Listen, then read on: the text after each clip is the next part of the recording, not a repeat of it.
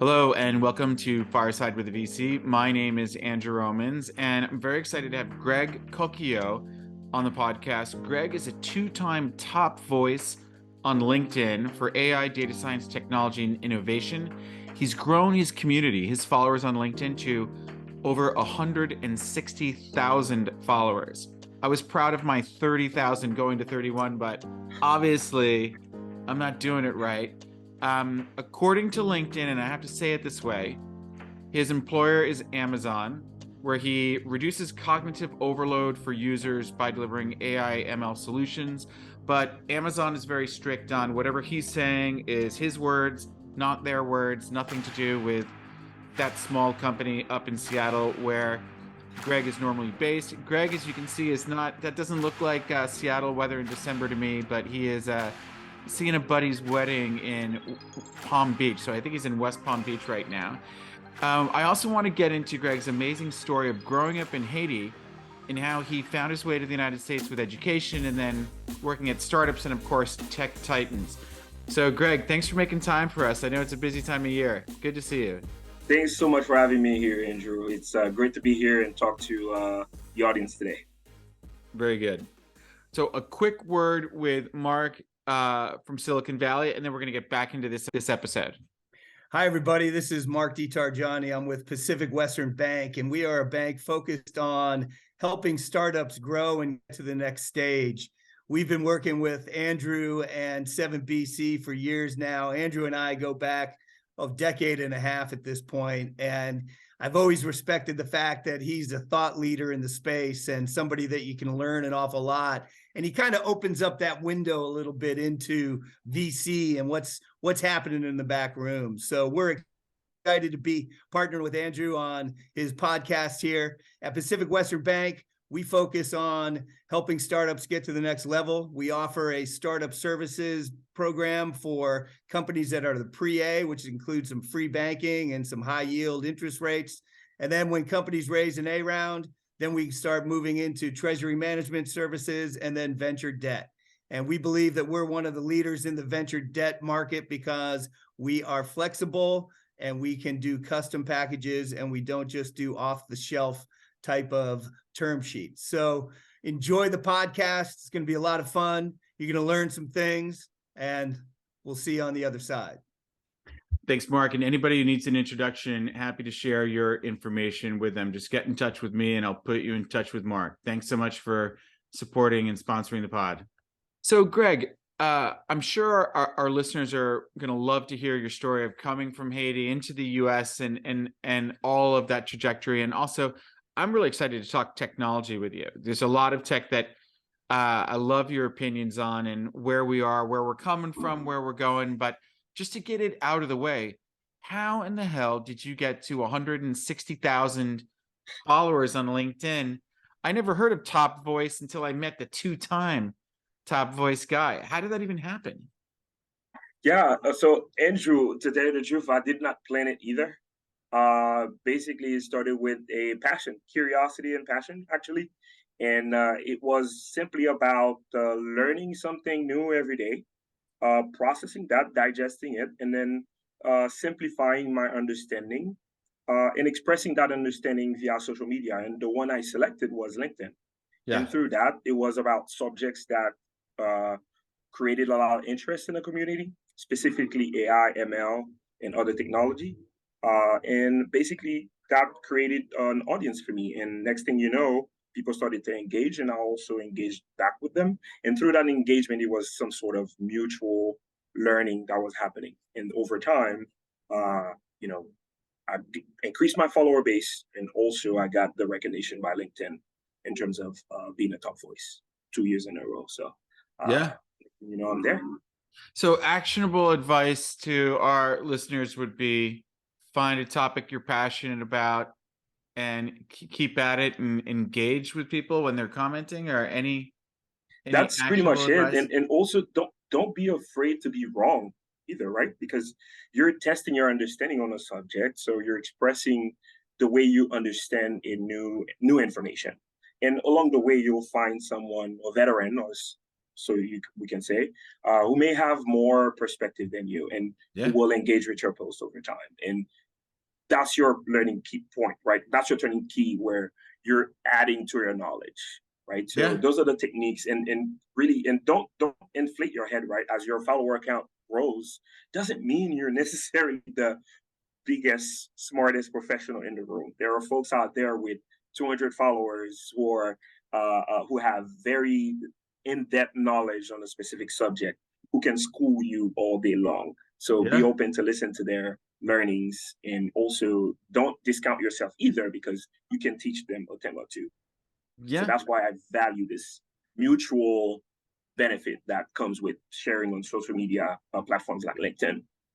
Well, it is cool that you can like hold a magnet to the universe talking about AI and ML, and then all of a sudden it's the only place on earth is your channel, your little spot where all these experts are, you know, teaching each other or proving each other wrong and developing it. So that's where like a lot of our technology conversation, you know, I want to go today. But before that, and I enjoyed so much meeting you in Seattle. Maybe share a little bit of your life story, of your perspective. You grew up in Haiti. What was that like? And then how did you get to where you are today? Yeah, absolutely. So I come from, I would say, two hardworking parents, right? So my father is an economist. He was in the banking industry, and my mom is a dual engineer, so civil and chemical engineer. And interestingly enough, her major career was in catering business. So she used to cater to many Haitian presidents before on a regular basis. And that and other things helped us go to school in the United States because there's a better structure in the United States. So me and my two brothers, we all have, bachelor's and master's, and we owe nothing to school loans thanks to my hardworking parents, right? So this is a blessing. And one thing I want to do one day is thank them for that gifts, right? So next thing you know, so I'm selecting industrial engineering because it was a passion of mine to go back to Haiti to kind of give back and build that infrastructure of manufacturing in that country. But turns of events, as you know, Haiti is not the best terrain right now from a political, social, economical standpoint. So I ended up staying here under turns of events. So when the earthquake happened, United States allowed Haitians to stay under temporary work permit, and I stayed there and I started working in manufacturing. In there, as an industrial engineer, you're doing a lot of statistical process controls, you're doing a lot of data analysis. So I quickly expressed my passion for data. And with that, generating value with data is kind of like, to me, the entry point into some sort of technical solutions, right? So without knowing it, I was already deep into the data analysis to create business value. And then after that, I started really tinkering with product management and leveraging data to be a more effective product manager. I was optimizing pricing for a portfolio of products still in the manufacturing setting. And that's also another way of kind of like generating value and collaborating with technical folks and non-technical folks. And that was my entry point to joining the company I work for today. Next thing you know, I'm building AI systems. And long story short here, I think it all comes down to asking as well, right? Technology, I was already talking about it, growing my audience on LinkedIn. But at the same time, I was expressing what I wanted. So I said, hey, I see an opportunity here. I pulled the data. I see there's a problem. I'd like to engage in project XYZ. In that project XYZ, I didn't focus on the fact that the project XYZ was actually an AI ML solution type thing. But I focused on, here's the problem. I think we need to address this problem. Do you give me permission? Once I got permission, then I proposed the solutions. Once I got alignment on the solution, then I built it. Next thing you know, I have experience in AI ML. Well, it's funny listening to you say this now. The 160,000 followers is actually a manifestation of your belief that data, can create value, right? Because like you're getting data from a lot of sources that way, which is absolutely, so it's not surprising that this would have just happened. Absolutely.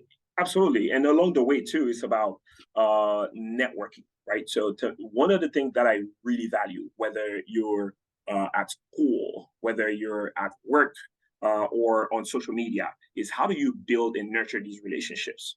So along the course of my career, I've done that more over the past 5 years, but I've found that growing your network at work, on your personal life, in professional life, is very beneficial, because I've found people who've mentored me along the way in terms of, for example, how to pitch an idea when there's a problem that's clearly identified that no one knows how to solve, right? And then how to make people feel comfortable when no one is not really sure whether the solution is going to work.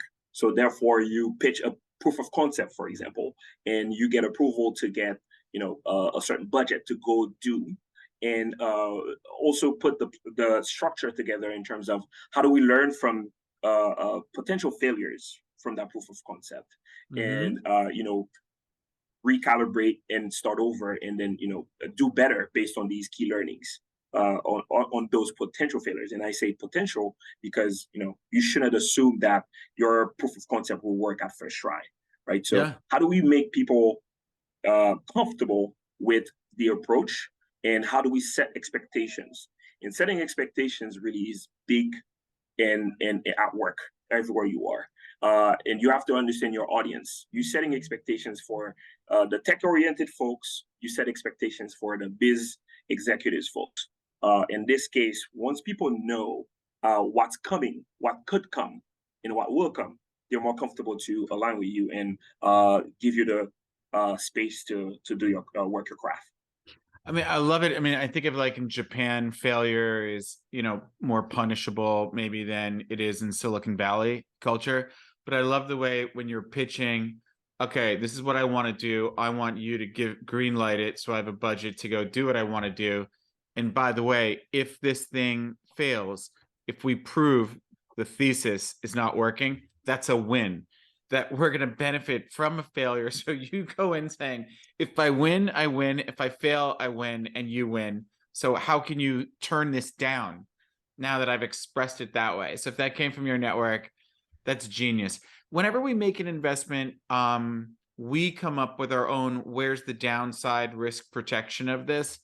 And no matter what it is, you could say, well, we're diversified. So if this goes to zero, I was ready. I was prepared for it to go to zero. If you bought like Ethereum at $100 60 times, and there was room for it to go into the thousands and thousands, but the worst thing that could happen is it goes to zero, you've got it. But sometimes we build in more downside protection than that, and we're really articulating it so people are kind of comfortable going into battle or a risk, accepting death as a win. Exactly. Yeah. One thing I'd like to see more, and maybe it's already happening in the VC world, right? What if analysis are super powerful. In a what if analysis, you're sitting with your thoughts literally and exploring the what could go wrong and the what could go right. Yeah. And when you sit inside of what could go wrong, you start mitigating. What should I do if things go this way? And then you start putting the mitigation plan together to tackle any potential issues. So you have a portfolio of investments, you're exploring the what could go wrong for each. And if you see some things that are not right, one mitigation plan could be, hey, let's set up another fund or a little bucket where we can re-ingest into the already successful startups that will make up for potential loss in that new portfolio of newer startups, something like that. Kind of like, how can you mitigate those risky investments with already successful ones, so you can kind of like balance it out and reduce the negative impact, right? I can't say to eliminate, because there's always going to be negative impact. And that's something that you can use in the tech world. That's something you can use in manufacturing. That's something you can use in the VC world. And this is something that's super powerful, the what if analysis. Well, talk a bit about manufacturing, because that's where it sounded like that was an initial passion that you had, even coming out of Haiti. What have you learned? What has manufacturing taught you in the world of software? Yeah, absolutely. So to me, manufacturing is about scaling, basically producing one thing the same way with little to no variation, where multiple consumers can have the same experience wherever they are. And if you explore that definition, you can see that's where software is as well, where they're delivering applications and other kind of systems, where you could be anywhere in the world and you have similar experience with someone who's at the same customer segment or user segment as you. So in other words, you have this consistency around it. And then the other thing that I do as a parallel between manufacturing and software development is this concept behind continuous improvement. When you have an application, you shouldn't expect the application to be static. Over time, you'll see some improvements. And these improvements are really tailored to fixing more and more pain points that the user base is going through. This is the same thing for manufacturing. So you're continuously improving. And to build those continuous improvement, manufacturing has these principles, one of them being Lean Six Sigma. So when I think about Lean Six Sigma, this is a concept that came with Toyota back in the early 80s or something. Maybe wrong with the dates here, but when you think about Six Sigma, it's about leveraging how to leverage key techniques to bring about efficiency, reducing cost, kind of like doing more with less resources. When I think about DevOps in the software development, this is where we're bringing about efficiency so we can do more with less resources. And how can we kind of put a framework where we can control our touch points, control our outputs and outcomes so we can measure that and then readjust when we see any faults, when we see trends going in the wrong directions and things like that. So that continuous improvement, that term that we have in the software development, continuous CI/CD, continuous delivery, those are the things that I believe that are sitting inside of the manufacturing place also. And lastly, in the software development, you have the term agile development, right? In terms of a software lifecycle, agile development really originated from the Lean Six Sigma, from Toyota in the real world. And now we're abstracted that into what I call the digital world. And for me, manufacturing is really my anchor point to better understand how and why we need to build in the digital world. It helps me better abstract and envision this abstract solution so before I can bring it to reality. And that's why I enjoy pitching new ideas. I abstract it, I pitch it, I align, I build it, I concretize it. So I really love that. Well, that's pretty cool. There's a lot you can learn from going from physical products with atoms into digital products with bits and bring some of that discipline. For me, I spent some time in the drug discovery pharmaceutical side of venture capital, where it's going to take $1 billion to get this drug into grandmom's mouth and like FDA approved, but you don't fund it up front. You kind of fund phase 1 clinical trial first. And then if you hit good efficacy or a milestone, then you fund the next one. And sometimes bringing some of this discipline from that into the tech world where they're already in revenue, it's sort of already in grandmom's mouth, brings like, some good frameworks to, to do that. And am I wrong that aren't you dealing with actual pricing? Like, aren't you leveraging data from all different sides to optimize what things are being sold at, what's the price? And then you've got a pretty real-time response rate of, did this price elasticity experiment work? Right? I mean, can you talk a little bit about pricing? Yeah, absolutely. I think my past experience with pricing has been super interesting. From a testing standpoint, when you're A/B testing price elasticity to final decision making, etc., to really deploying a pricing strategy so you can optimize your margin. So I was a product manager in the past, optimizing pricing for a portfolio of products in the chemical world. And just out of curiosity, how many different products? So we have it was a portfolio of 10 different product categories, but that there were like 3 to 5 per category. So it's a little hard to tell you how many products total. But if you can think about, say, cleaning products, right? Inside of cleaning products, you may have different kind of product types under there.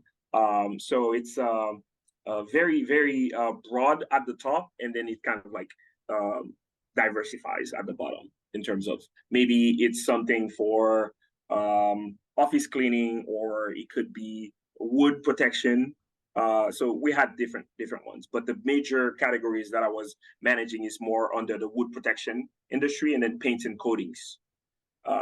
So when you think about wood protection, we used to leverage a lot of the commodity raw materials, one of them being copper, for example. So apparently copper kills bugs that love to eat wood.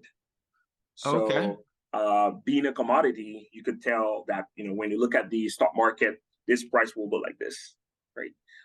And I remember I was like, I was receiving a lot of pain points from customers from a pricing perspective, because they were complaining that we weren't passing on the cost advantage we were receiving for when the copper prices on the stock market went down. Yeah. Because we could hedge ahead of time, but also we can purchase on spot. When the stock market goes down for copper, you could purchase and generate a cost savings there. And they weren't too happy that we weren't passing on to our customers, right? And at some point, they would even leave us, even though ours was a little bit, cheaper. They would go to another one who would create transparency in terms of how their cost structure was and things like that. So I had to come up with a solution with that. I remember talking to my father one time, and I was like, man, how do I link, the copper to my, the finished product and things like that? How do I know how much swing that thing will take? And he goes, well, if you look at any market ever, if you have enough data for the past 10 to 12 years, then you'll know how much swing it will take. And then back then, when I went back, I had the 2008, 2010 inside of there. So that swing was unrealistic.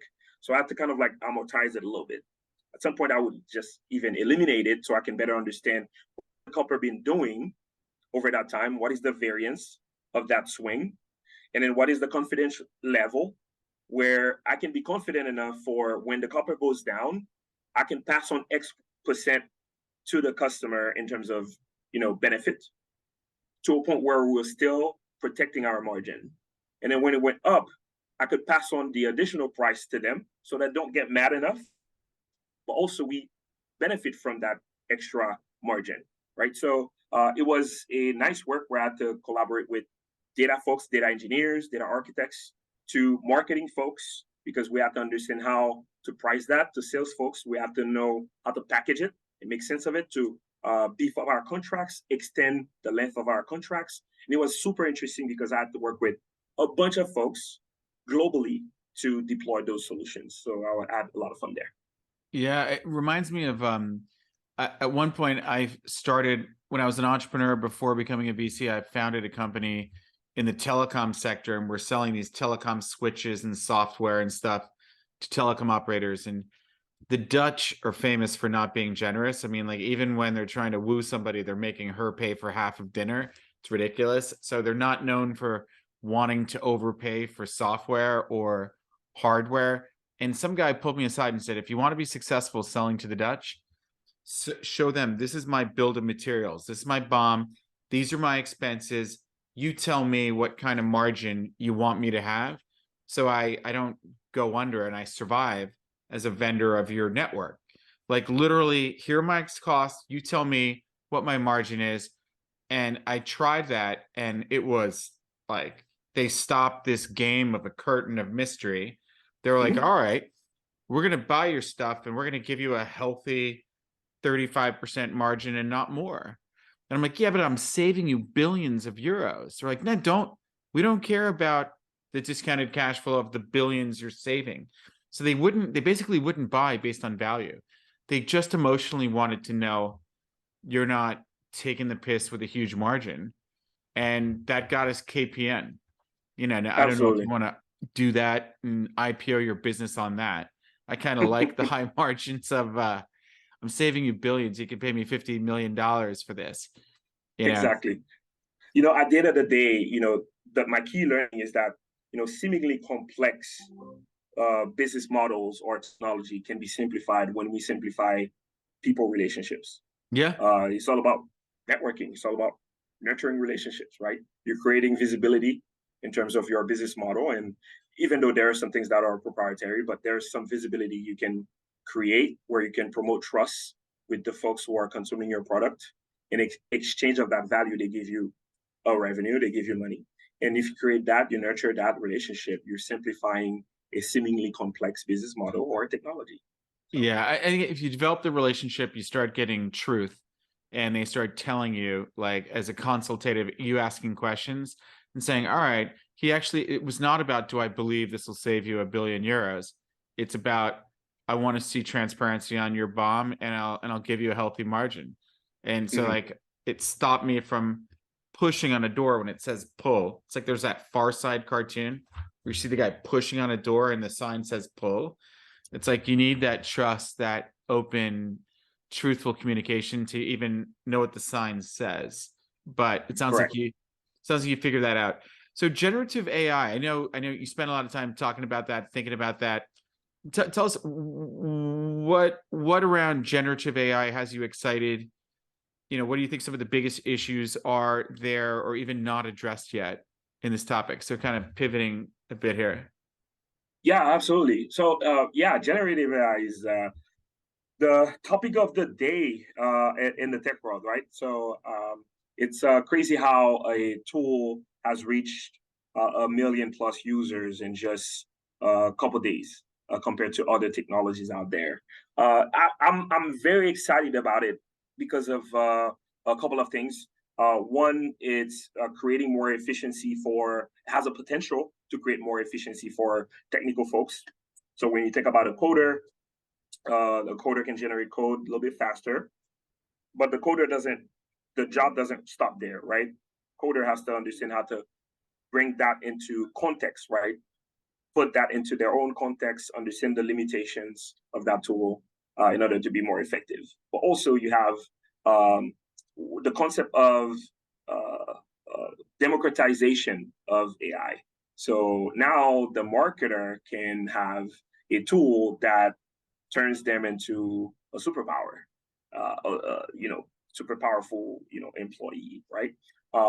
So generative AI can be an assistant who provides ideas for the next marketing campaign for a set of products, right? Yeah. Sales folks can better understand how to segment their customers. A product manager can better understand how to,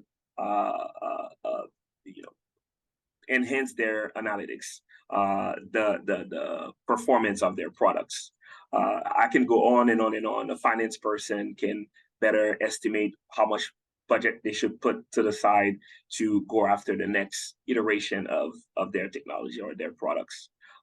So you could really democratize that around. And then you have the direct to consumer piece also, right? How can I be better at eating healthy food, just to say the least. Now, couple caveats to that, things that haven't been addressed yet or not addressed yet, is understanding how does copywriting is solved through generative AI. So when I think about generative AI and the methods that were used to train these large language models, we're talking about things that exist right now on the internet, data coming from everywhere.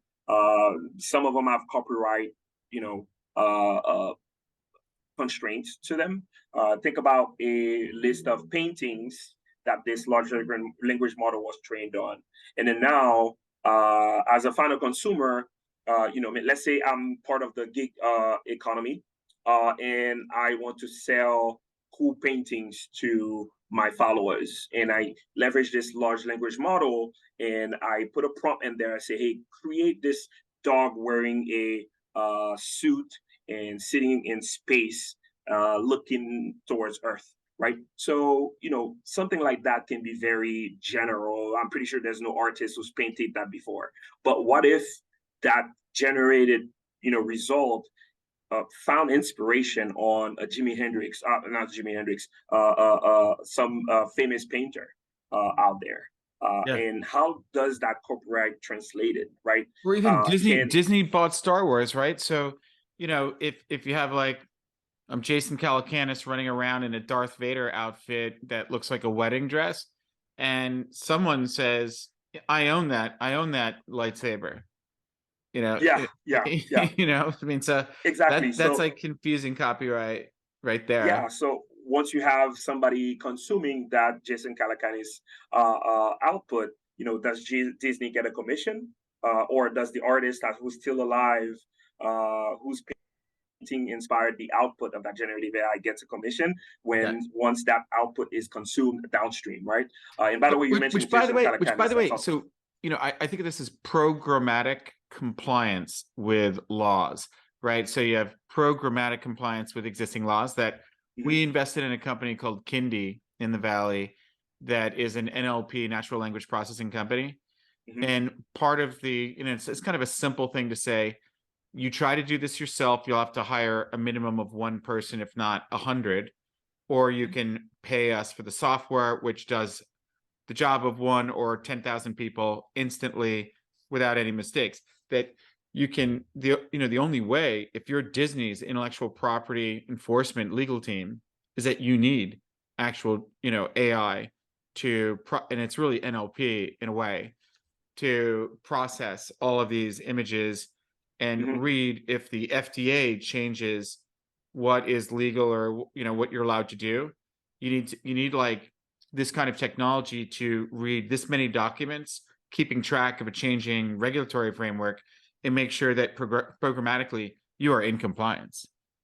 That's correct. That's correct. And this is where exactly, we still have some work to do, is to how do we build a system that kind of like scale or automates this compliance watch or this compliance maintenance, and to make sure that boundaries are not stepped over. And that that's a good translation into another thing when you think about bias, ethics, and things like that. We have to make sure, right? These outputs, are they ethical, or are they biased?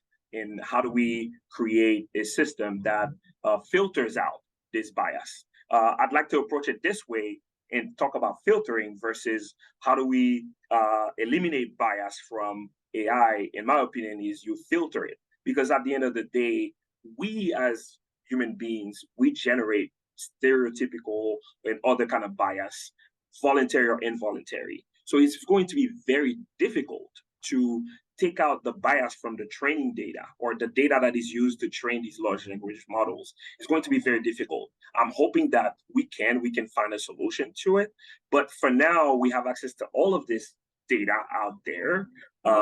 Although bias, the best way to tackle that is to filter it before you allow it to be consumed downstream. And this is where the big impact, positive or negative, can happen, is when you make sure you filter out this bias, then other people can consume it. So a marketer can generate a new image and get a recommendation on whether something is biased or not before deciding to put it out there on social media, and make a right decision for their consumers, right? So you can Yeah. avoid that by installing some sort of filtering there. And those are the things that I'm thinking, we still need to address in a generative AI. And, fortunately, I have the right people with me right now who are absolutely thinking about that on our spare time, of course, because we love tinkering with technology when we're done with our day work. So, yeah. Yeah, no, and look, if you're a big brand and there's a lot of people doing stuff on the fly, rapidly spinning stuff up and getting it out of there, you need some way of saying these are not the values that we can even be associated with. So that's an added layer. I mean, in some ways, I think it's like in the old days, the beginning of my career, everyone was talking about object-oriented stuff. That it's like you have like an object of code that's like a Lego brick, and it was rapid application development. You could like basically push your shopping cart into a software library and rapidly pull together some objects and rapid application development. The AI thing is like taking this on steroids, where the non-techie marketing person can put together objects of code, but does it really work? Does it actually, do those Legos really interface so that you've got a working product? Seems like that's part of the evolution of humankind for the next many years, of like being able to have people from, you know, very technical to not technical at all, being able to be a little more creative, a little more of a superhuman, probably generate a hell of a lot more creativity. Uh, you know, but is it working? Is it not? And then there's a layer of copyright issues to ethical, you know, ethical bias issues, like you're saying. That's pretty interesting. So Absolutely. what is the technology that you think will take the world by storm? And we've already spoken about generative AI, or is that too broad of a question for you, Greg? Yeah, I guess there are a couple, but one I'm excited about is already here, but I'm expecting it to expand a little bit more is quantum computing. Yep. The idea behind quantum computing is definitely something that excites me. It's kind of like my way of saying, you know, you're beefing up your processing power to explore more. So when I think about life, right? So, and when I say life, I'm talking about this universe, right, which is huge, right? And I see it as a series of events happening simultaneously. And we do not have the current processing power to explore the seemingly most simple drug uh, solutions, right? So we need so much processing power. It takes a long time to Or kind the of stock design the market, one that works. or the Or the price stock of market, copper. right? Yeah. Yeah. So go figure this whole universe where billions of events are happening at the same time. So when I think about quantum computers, I think those are the next generation that will deploy, you know, new capabilities for us. I'm not saying it will take us to the universe in terms of better understanding everything, but it will take us further, right? So when it comes to drug development, creating simulated environments where we can explore what ifs of things, right? So you can create environments where you're exploring anything and everything that could happen with an autonomous vehicle out there, and you're processing those events and making recommendations in under a couple seconds, right? Under you know, in milliseconds, right? Those are the things that I'm excited about, right? So when I think about, you know, airplanes or designing the next, simulating the next wings, so we can gain efficiency in flying, reducing, you know, use of fuel, also impacting the environment, right? In doing so, those are the things that I think quantum computing can help solve. So you have Yeah. the positive impact on the environment, you have the positive impact on the business model, where the business model makes more money and also becomes more clean towards nature. And I think, you know, leveraging this will unlock a lot of other things for existing companies, but also be the foundation for new companies to come on top to generate value, not only for us, but also for Earth, right? Nature needs that. Yeah. So I'm super excited about that. I mean, if you can collapse the cycle time, if you can collapse the amount of time to run an experiment and find something out, that's going to be a good thing. Like even on I mean, if you think of like lean startup, of like try something, measure, pivot, you know, and how many pivots of cash we have before you run out on like a venture backed or cash funded set of experiments, whether it's startup or in a huge, large FAANG size company, that's a big deal. If you think of like, you know, driving an autonomous vehicle through the Tenderloin section of San Francisco, and there's like a crazy person running around over here, and then you see a baby in a baby carriage and they open the trunk. Like, how much processing power do we need to know every day he picks up his daughter, puts the baby carriage in the trunk, they are not going to walk into the street? Should the car keep stopping, or can the car actually drive, taking in all this universal data like a human does? Correct. And then actually the world we want to live in is one of autonomous driving. Like self-driving should be like, I paid money to drive a car in a racetrack. You know, you should theoretically not even be at risk of like people slamming into you, and you know, autonomous driving should be safer, but it's like the generative AI. I mean, are we ready for the non-technical person to say, okay, I need all of these things, make it work, and you actually have a working product? Or like Toyota is not worried about children being hurt by, you know, all that self-driving. So quantum computing could definitely collapse the time on running a lot of what ifs and getting it right. Yeah, at the end of the day, any decision you make in life, there will be pros and cons. So therefore, when it comes to autonomous vehicle, the reason why I think us as humans, we're still going after that is because we have a clear understanding of the overall impact being less prone to having accidents if, a machine controls the vehicle versus a human who controls it, right? And the thought of one person getting hurt by the vehicle really scares society. But the technical folks who think about the bigger impact, leverages like puts they put everything on the balance and see that there are more pros to having the machine take care of it because it reduces the overall number of people who may be impacted by a Yeah, vehicle. I'm convinced. Yeah, I'm convinced. yeah, It's a shame that you and I were not born in a world of accident-free transportation already that was more economical and environmentally less hurtful. So I think we're going to get there. And I think things like quantum computing are perhaps necessary because, like, I once heard Mark Andreessen say, nobody can predict the global economy. There's just too many moving parts. They're just, anyone who says they can is ignoring a lot of elements in a very big decision-making equation. And, yeah. you could take that down to pricing pharma or anything. And so I Mm-hmm. think that those are positive directions for us to go in. So before we close out, are there any regrets you have about, bumps and turns along, your path? I mean, you look like a very happy guy whenever I've spoken to you, but just thought I'd ask you the question. Yeah, let me think about that a little bit. Um, as soon as you say regret, I had to smile because I'm like, I talk about those all the time, and I really, I'm really working towards minimizing those, right? And so one I like to talk about as well is early in my college careers. So my friend and I, we co-founded this startup that was this marketplace for buying and selling personal items, but that was based on video versus just photos. We're kind of perplexed by the fact that people would even trust something on Craigslist that had a Yeah. very shady looking picture. And we're like, Yeah. can you increase trust by doing a full set video? And And what we year said, was this? Just thinking about the edge speeds of the uh, fixed and mobile broadband.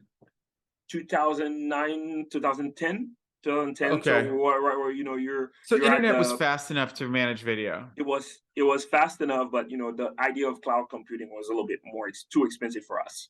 And also when I think about the whole crash of 2008, also it's not like we've fully recovered from that either, right? So it's not like businesses were ready to give us money to have a space on our platform so they can showcase. But we went door to door, started to knock at apartment complexes because we're in the Gainesville, Florida area.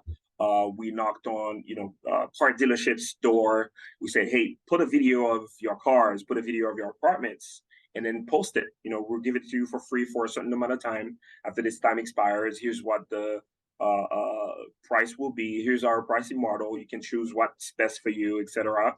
And then you have, other efforts where we're hoping to get a little bit of revenue from that and also take from our money too to go after the end consumer as well. So people like you and I, we want to get rid of the next furniture and we want to give proof that it's not damaged. We would put a little video and pay 99 cents per video, for example, right? So all of that would be loaded to the cloud. So the mistake that we made is that at some point we pitched it to the incubator at the University of Florida, and they really liked it. And we didn't want to push that because I was finishing with my master's. He was finishing with his master's, and we were like, do we want to go that route where we're incubated and we're staying on campus, we're still on ramen noodles, versus do we want to go out in the real world, start working, and take some of that revenue and then inject into it, bootstrap it, and then until we can talk to investors once we have a full proof of concept that actually works, where we already have customers, B2B paying customers, and then some users as well. Well, we decided Yeah. to go to work, and that was the biggest mistake, I think, and I regret that to this day because I didn't understand the power of kind of like really grinding, even though, I could stay on another year or two of ramen noodle, but the benefit of that could have been even better today. Because when I think about like let go, when I think about other sites right now, they still don't have video to increase people's trust. It frustrates me that, there's still not a solution out there for that simple problem, seemingly simple, Yeah, of course. I'm actually surprised. I remember the first time reading about, going from HTML to the Mosaic web browser that Mark Andreessen made. I just thought, oh, so you're definitely going to want to embed video in all this stuff. Like that video would be just in everything. And then, I've been wrong about a lot of things. Like I thought that you wouldn't see a phone number on a website and someone pull out their phone to dial it. I thought you would just click to speak and have the person on video or audio only on the other side. Like there's a lot of obvious things Absolutely. And that didn't happen. what kills me even more is that back in 2010, 2012, we're also thinking about what we're talking about in the metaverse, the idea of the metaverse today. We're even saying, at some point with the video, we want, augmented reality. So someone wants to put a furniture in their room. They want to know what their room looks like before the furniture actually being there. You Right. can use a device that projects it in the room for you, and you take a look at it.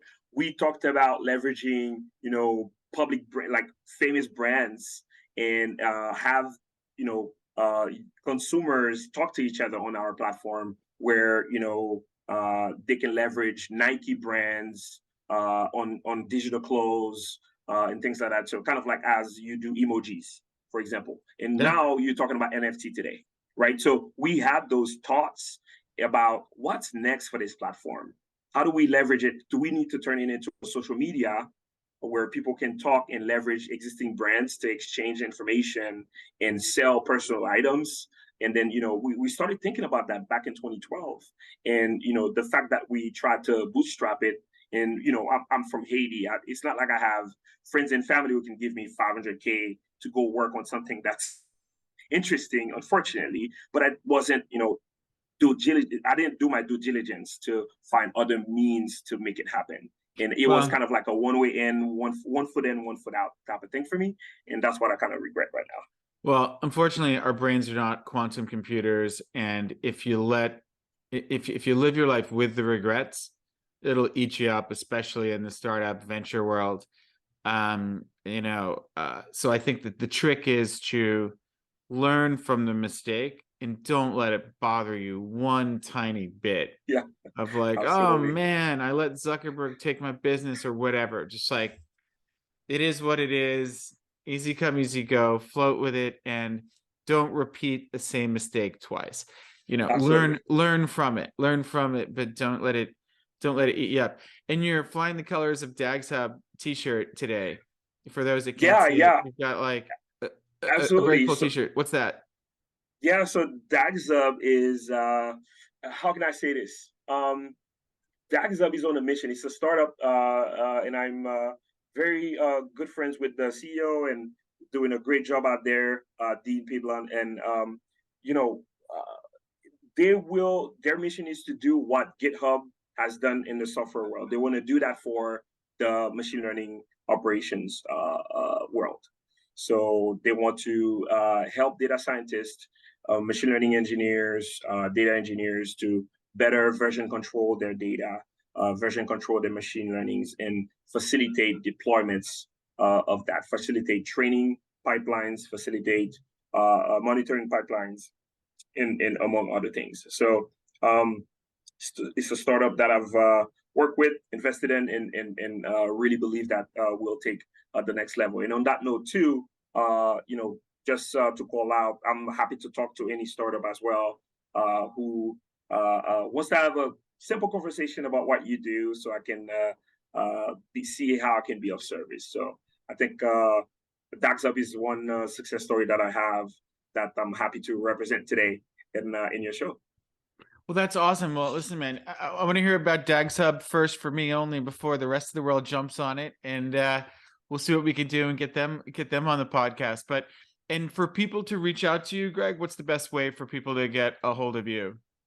Yeah, absolutely. They can reach out to me via LinkedIn first.